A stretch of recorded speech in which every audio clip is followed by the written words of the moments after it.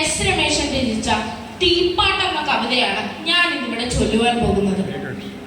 അദ്ദേഹത്തിന്റെ ഗ്രാമമായ വൈക്കത്തെ മൂത്തേടത്ത് കാവിലെ ഭഗവതിയെ ആസ്പദമാക്കിയാണ് ഈ കവിത.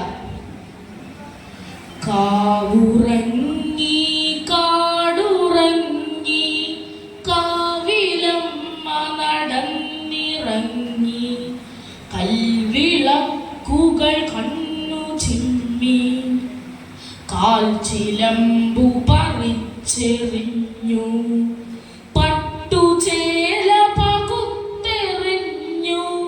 വാളെറിഞ്ഞു വിളക്കെറിഞ്ഞു കാവിലമ്മ നടയിറങ്ങി കാവിലമ്മ നടയിറങ്ങി.